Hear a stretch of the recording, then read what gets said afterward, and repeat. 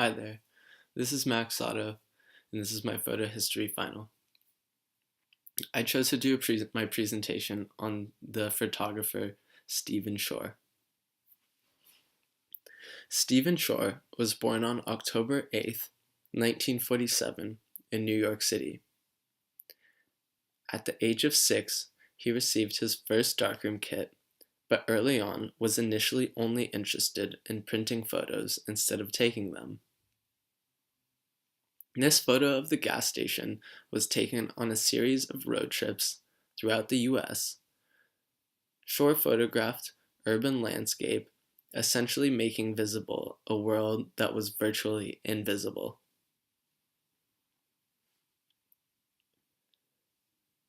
Before the age of 9, he received his first 35mm camera, and by 11, he was quite certain he was going to become a photographer. At the age of 14, Edward Steichen bought his prints for the Museum of Modern Art, which is an enormous accomplishment for anyone so young. Here, we clearly see a photo of Andy Warhol casually laying around his factory. Shore met Warhol in the winter of 1965. In fact, Shore was only 17 at the time, which was an extremely young age for someone to be hanging around with that type of crowd. Shore stated in an interview that this was his first encounter with aesthetic thinking, and that he learned a lot from being in an artistic community. Living in New York in this time period was one of the most revolutionary eras for an artist in general. Art is always evolving and changing, and was doing so at an especially rapid pace during the time.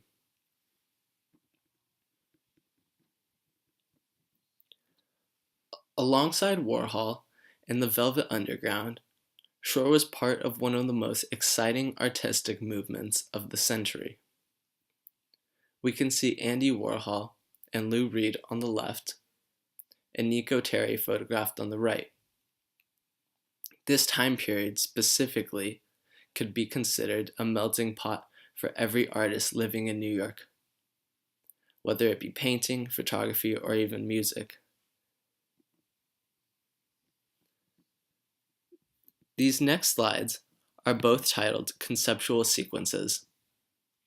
Before moving into color, Shore had already established himself as a black and white photographer. By 1971, at the age of 23, he became the youngest living photographer to have a solo exhibition at the Metropolitan Museum of Art.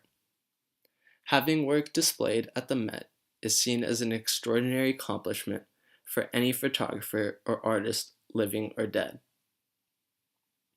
I find these photographs to have a sense of comedic relief, but also a sense of vulnerability because of the fact that we get to see two sides to these people.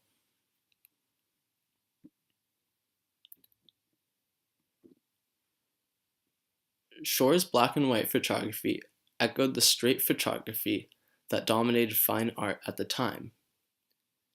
Conceptual Sequences, his first solo show, is reminiscent of Walker Evans in content and Edward Muybridge in display. It mimes style and display of Muybridge through a series of photographs telling a story. Where Muybridge photographed the running horse, Shore shot sequences of what seemed to be comedic still life events.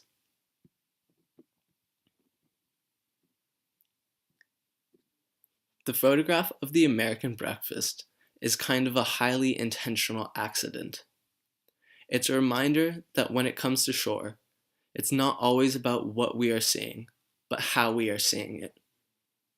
In 1971, he experimented with a toy camera called a Micromatic in an attempt to amateurize his work, to remove traces of sophistication.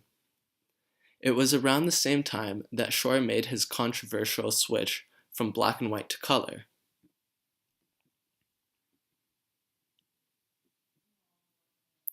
Shore says in an interview that his show at the Met brought that body of work to an end and allowed him to begin pursuing new curiosities, such as postcards and snapshots.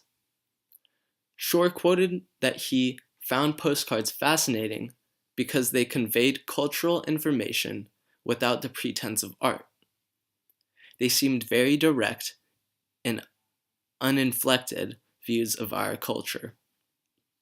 Sadly, Shore's postcards work were not very popular among the viewers, so not many sold. A fun fact is that because Shore did not manage to sell many of his postcard works, he instead took his postcards and would stuff postcard racks full when he was traveling around the country. So, if you were ever lucky enough to be alive in the 70s traveling around, you may have come across one of Shore's postcards unknowingly.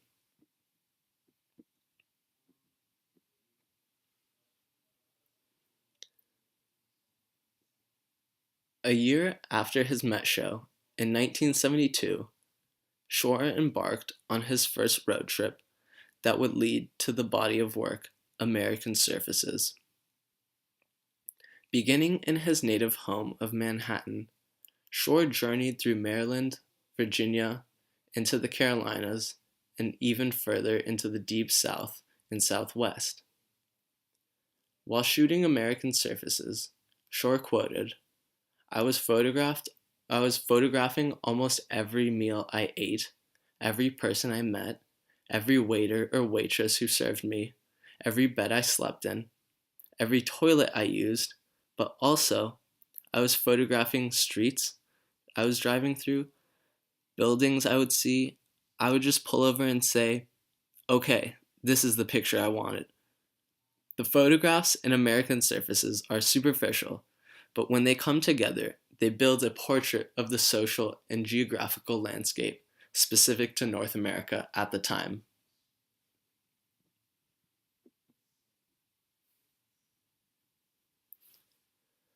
The photographs in American Surfaces focus on beauty found in unexpected, or in some cases, the unattractive and commonplace, as seen in the top left with what looks to be a public bathroom toilet. American Surfaces is both a work of art and a historical documentation of a time. It brings a new eye and look into what can be considered fine art. In my opinion, these photos make something out of nothing. Take, for example, the milk carton on the red counter. Although it seems like just a plain image of a carton of milk, it's so much more. The red on the counter is aesthetically pleasing to the eye because it matches the red on the milk carton. It also seems as though you are standing right there when the image was taken. It fully immerses you into the photograph.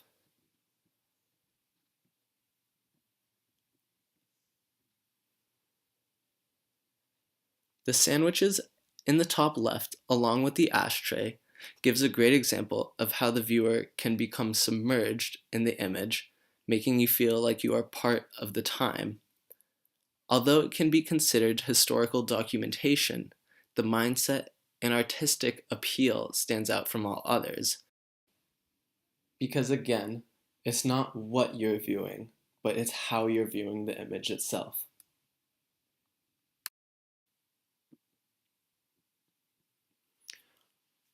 Art photography was still only considered such if it was black and white. Shore's images not only question the traditional subject matter of the photograph, but also the way in which it should be photographed. Take, for example, an image by one of Shore's greatest influences, Walker Evans, who photographed these old buildings, a business front photographed straightforward, a simple yet elegant way to frame a subject, in this case, the subject being the three buildings. Now, finally, we see Shore's take on lifestyle photography. Similarly, Shore uses the same type of framing technique, as well as captures a similar setting of everyday life. This image was seen in a series of other works by Shore called Uncommon Places. Uncommon Places was similar to American Services, yet it focuses more on generic everyday life in America, from motel rooms to gas stations, and even just the landscape itself. Thank you.